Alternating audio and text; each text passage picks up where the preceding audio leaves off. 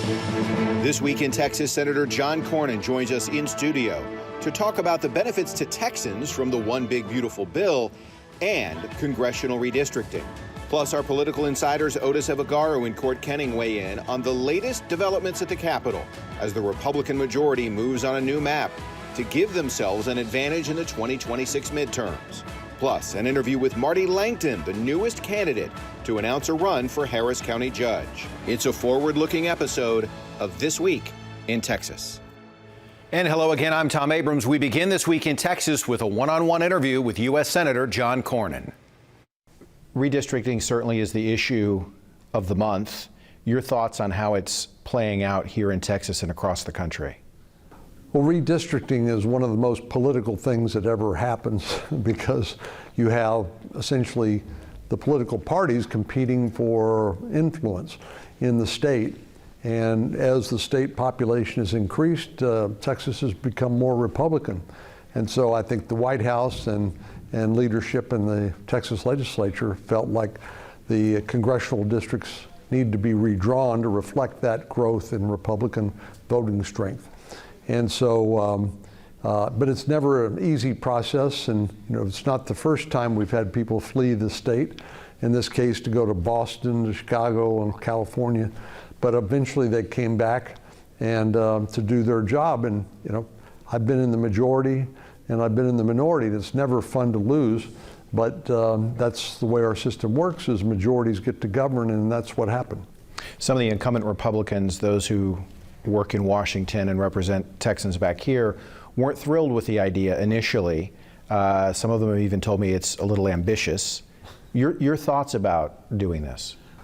Well, the incumbents never like you to mess with their district. I was actually chairman of the Legislative Redistricting Board back in 2000, and I found out that if a Republican has a district with 60% vote and you cut it back to 55, they think you've committed a grievous sin against them.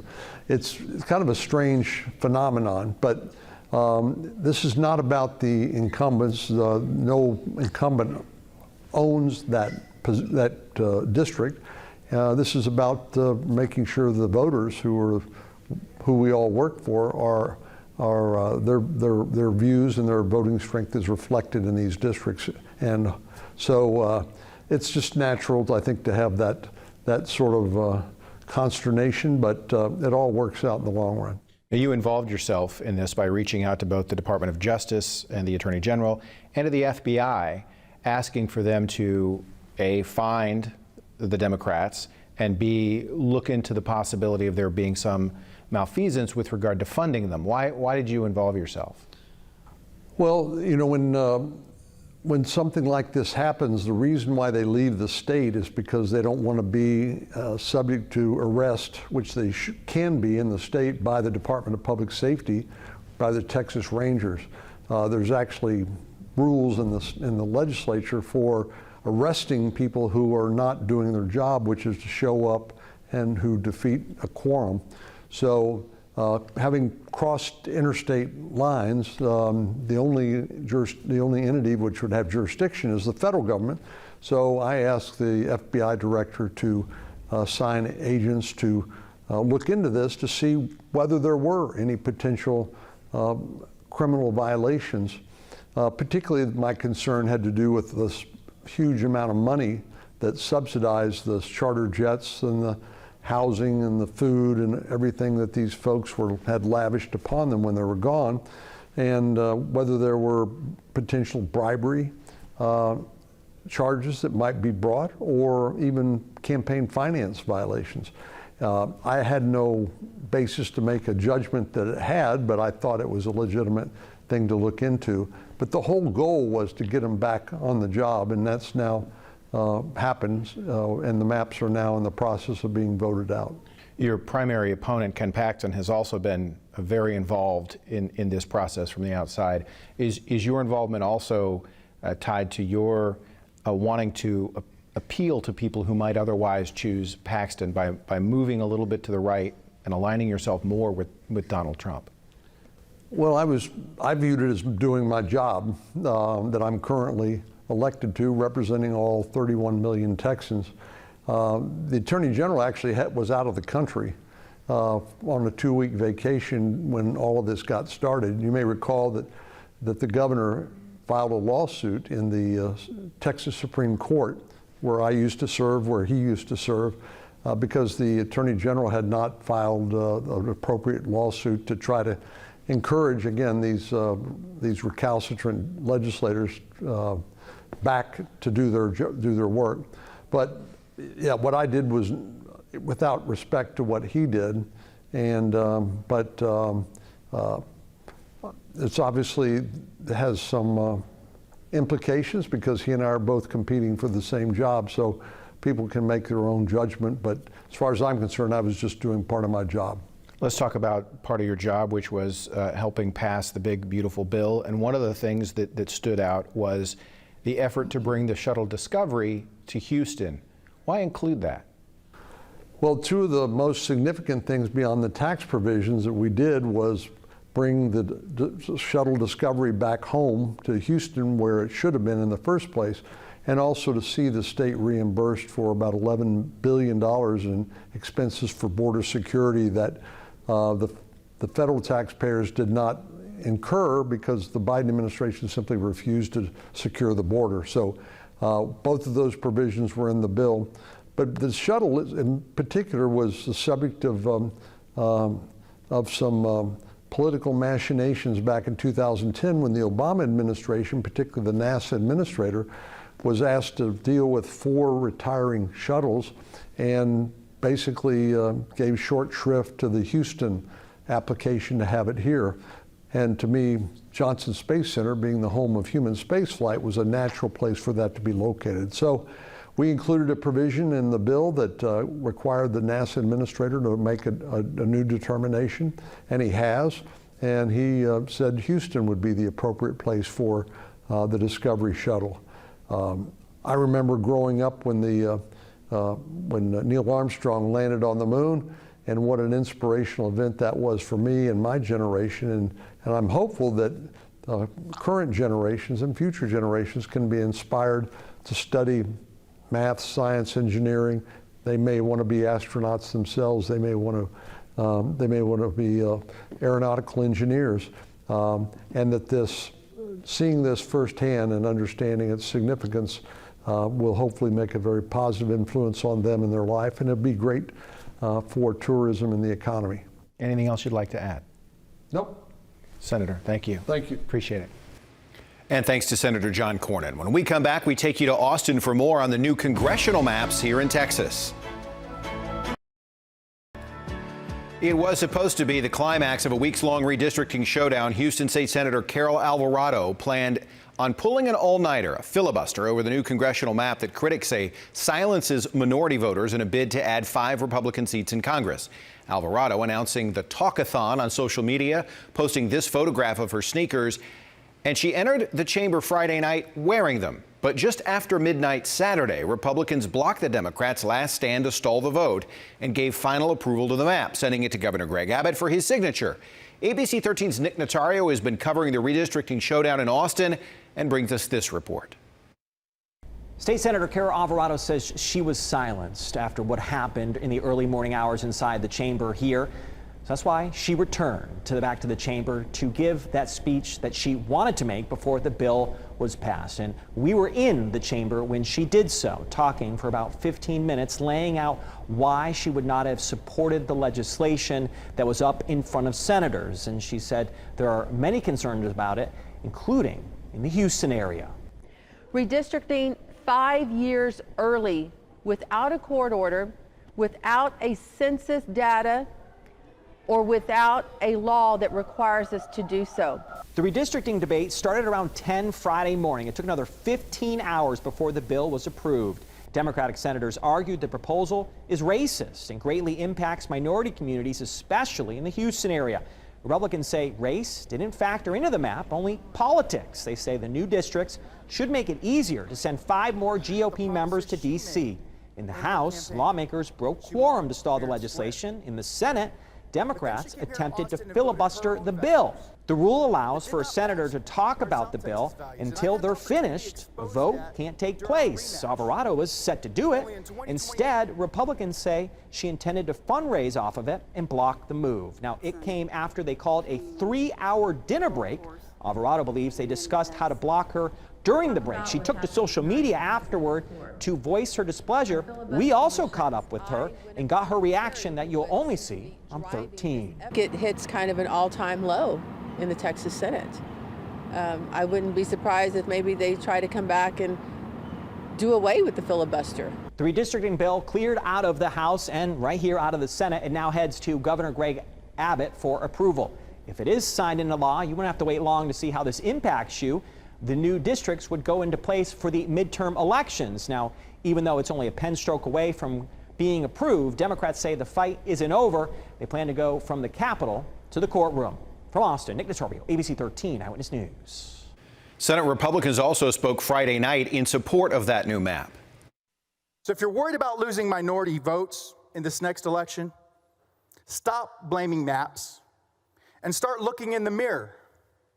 Stop judging people by the color of their skin and start focusing on the content of their character. I'm convinced that if Texas does not take this action, that there is an extreme risk that Republican majority will be lost.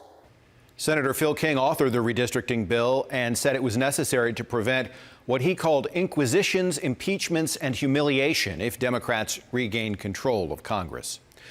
For more on the redistricting events of the week, I want to get the perspectives of our political insiders, strategists Otis Evagaro and Cord Kenning. We have talked for weeks on this program about Texas Republicans redrawing the lines at the behest of President Donald Trump, Governor Greg Abbott. Is the story over now, Cord? No, I don't believe so. I mean, we still have maps to have to pass in the special session.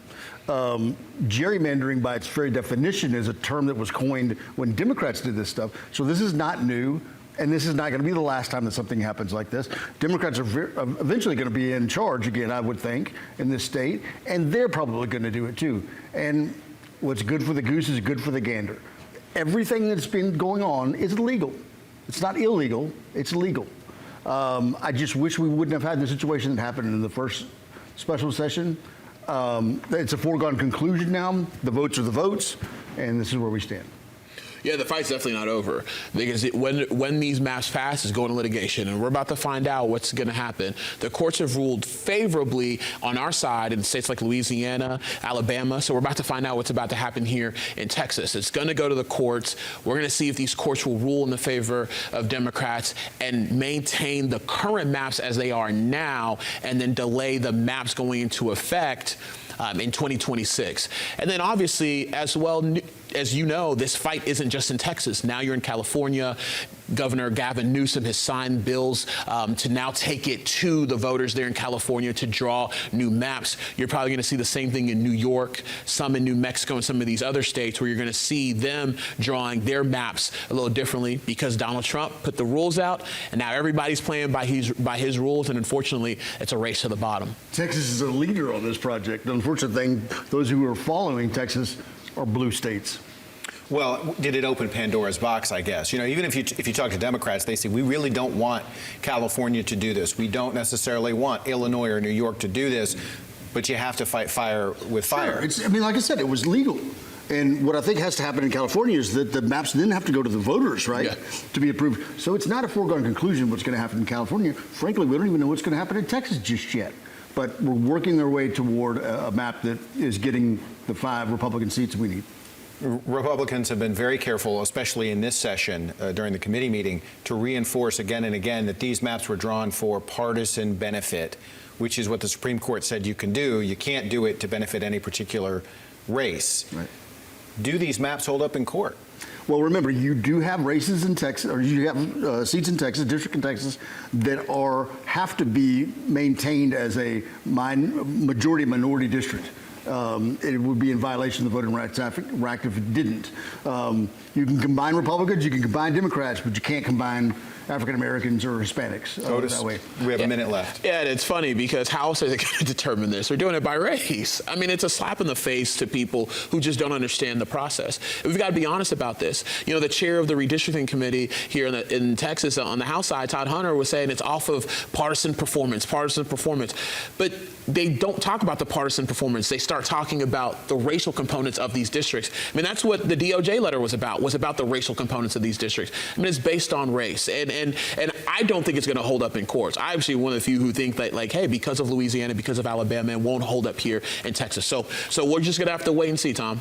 Gentlemen, thank you. And when we come back, a conversation with the newest candidate for Harris County Judge, Marty Langton. We are 6 months from the March 2026 primaries and 15 months from Election Day in November. But already the race for Harris County Judge, the county's top executive position, has drawn multiple candidates who hope to take the seat from two-term Judge Alina Hidalgo. Hidalgo has not yet announced her intention to run in 2026. But Anise Parker announced in June she is seeking the Democratic nomination. Parker served as a city council member, city controller, and as mayor over the course of 2 decades, but has not held elected office since 2016. Letitia Plummer also announced she's a city council member. But now there's a Republican in the race, and his name might be familiar to you. He's Marty Langton, the leader of Houston's Firefighters Union, and he spoke with us about his decision to run. Why do you want to run for Harris County Judge? Harris County is a place that I've grown up in, I live in, I raised my son in, and Harris County is the greatest county in America, not because of the politics, but because of the people. We have the world's best medical center. We have NASA, Johnson Space Center. We put a man on the moon. We're the energy capital of the world. There are so many great things about Harris County. Love every piece of it, but we're heading in the wrong direction.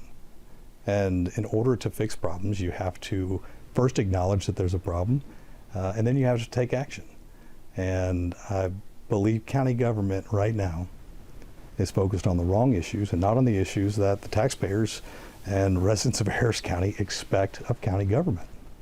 So what is the wrong direction? Not focusing on public safety, not focusing on flood mitigation, disaster response, disaster recovery, not focusing on infrastructure, not focusing on crime transparency, and something that nobody's talking about, or not enough people are talking about, Tom, but I will be in this campaign, which is jobs. We have port expansion. We've spent probably last few decades, that I've heard when growing up, people focused on going to get your college degree at a university, and that's great. But what we stopped doing was investing in looking at good, skilled trade jobs. And now we see that there is a huge demand for that, and we have to focus on it. Good paying jobs so people can take care of their families means that people come to Harris County. It means that they can raise their family, and we can make this community better. We can invest in businesses. We can invest in the people. And I'm very excited to get this going. And the energy in getting this campaign going is, I think, what's most important, not only to me and my family, but to those that we're talking to.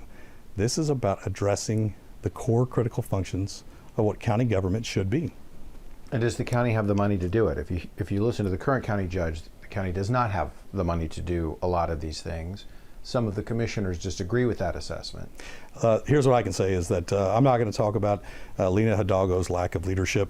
What I can say is that I have seen in my career politicians that have focused on the wrong thing and not on the issues that affect core critical functions of county government. If it's not a core critical function and we're not doing that, and we're not being transparent about it, then we'll never know the answer until you actually look at the books and see and tell the people what their tax money is being spent for.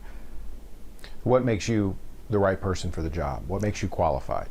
Well, listen, I tell people all the time, you always be careful about being in positions that affect people's lives, because politics shouldn't be played with people's lives, and they should be played with the core functions that we're focused on. Public safety, there's no room for that. Nobody has a better track record, nobody has a better history of advocating for public safety. That's police, sheriffs, constables, law enforcement, firefighters, first responders. They go out there every day and put their lives on the line. If people in Harris County aren't safe, nothing else matters, and that is true. If you don't have relationships in order to fix and to help with flood mitigation, disaster response, emergency management, then what are you supposed to do? How are the Harris County residents supposed to believe or have trust in what their county government is saying? The relationships that I have formed over the years from all walks is critical in order to address these problems. And that's from the regional perspective, from the cities in Harris County and the mayors, also from the state perspective and the Texas Government Land Office, to the governor's office, to the House and the Senate. You've got to have those relationships, and I've got those relationships, and you need to be able to pick up the phone and you need to be able to tell people we've got a problem and we need solutions. You have to deal with infrastructure needs within the county. We talk about things a lot, or what we hear are things that are not about these issues, and they're about others. This race should not and will not be about anything other than these core critical functions. And so until we are transparent, until we tell the taxpayers what their money is going to, and we can stand behind that, then we have work to do. The jobs, we see a great investment. We want companies to come to Harris County, invest in this region. We have to have good skilled jobs to fill those. I've got those relationships to form that in order to look at how we can get programs that there's some that are already existing. How do we highlight these? There are some that we can do that are function specific for different areas or different needs within our region. But you've got to have collaboration and innovation. That is exactly what this campaign is about. It is about bringing people together. It is about fixing the problems. Stop talking about all the noise and start focusing on what it is that county government is supposed to be about. All right, so let's discuss the race for judge with our political insiders, Otis and Court. Otis, we'll start with you. This could end up being one of the most fascinating races of 2026, given who's already in the race. Yeah, you're going to have a former mayor, Denise Parker, running on the Democratic side. You've had a city council member resign to run in Letitia Plummer, who's going to run on the Democratic side. And then you have Marty Langton now running on the Republican side. And then also Orlando Sanchez is making a return to the ballot for the 1500th time, running for something else here in Harris County. Harris County judge is always going to be a fascinating position now because it controls the gavel in county commissioner's court. What I would argue is that it's not a position that's as powerful anymore. It used to be when Judge Hidalgo was a swing vote. Now it's a 4-1 supermajority. You don't really need that gavel anymore to get your agenda passed. What I will say is that Republicans beware. This is not 2022. There's not a Democratic president, and turnout won't be low. It's 2026. Trump is unpopular. There's going to be a repudiation of the Trump administration, and also what Governor Greg Abbott's done, what Dan Patrick's done, what the Speaker of the House and Dustin Burrows has done, and then more than likely Ken Paxton is going to be the Republican nominee for U.S. Senate, and we know his unfavorables are super high. So for Republicans in 2026, buyer beware, because you can go hop in that primary. Most likely you won't be the county judge in a blue county like Harris County in an election cycle like 2026. Not so fast, my friend. I don't think we should assume that Ken Paxton is going to get the nomination for U.S. Senate. I think John Cornyn, who's sitting in that seat right now, is going to have something to say about that. It's interesting bedfellows that we have in the Republican Party right now. We've got a union president, labor union president, running in the Republican Party. And who was endorsed by the land commissioner and Mattress Mac, who we know leans conservative and already has a lot of endorsements from conservatives. What do you make of that? It's going to be an interesting race. I mean, those people that you just named are folks that were not very happy with the last outcome, involved in lawsuits and things like that. It relates to how the race came out last time. So they're engaged, no doubt. They're engaged. They're engaged not only with their words, but with their finances as well. There are a lot of people who suggest that Lina Hidalgo is not going to run for re-election. But if she does, how does that change the calculus of this race? Somebody may want to tell her that because she's not out yet. So. Yeah, she's not. And look, listen, I think Lina would be the front runner in the Democratic primary, and I think Lina would win re-election here in Harris County. Again, the environment is completely different. I mean, there's not a Democratic president, so a Republican president. They're unpopular right now. You're going to see big turnout here in the 2026 midterms, and that's going to favor Democrats up and down the ballot here in a blue county like Harris County. And something that Court said that's very interesting about Marty Langton, he is a union president running in the Republican Party. Yeah, he's got some conservative endorsements. He's going to have to figure out how he's going to balance that in a Republican primary that's very Trumpy, and also explaining to himself some of the positions he's had in the past that seem very Democratic, trying to run in a Republican primary. And I would say to Otis's point is that while you may be right about the current atmosphere of what the politics in Harris County is, we're talking about November of next year, and that's an eternity in politics. Absolutely is. John, everything can change. Thanks so much, Court Otis. And when we come back, we'll have some final thoughts for This Week in Texas.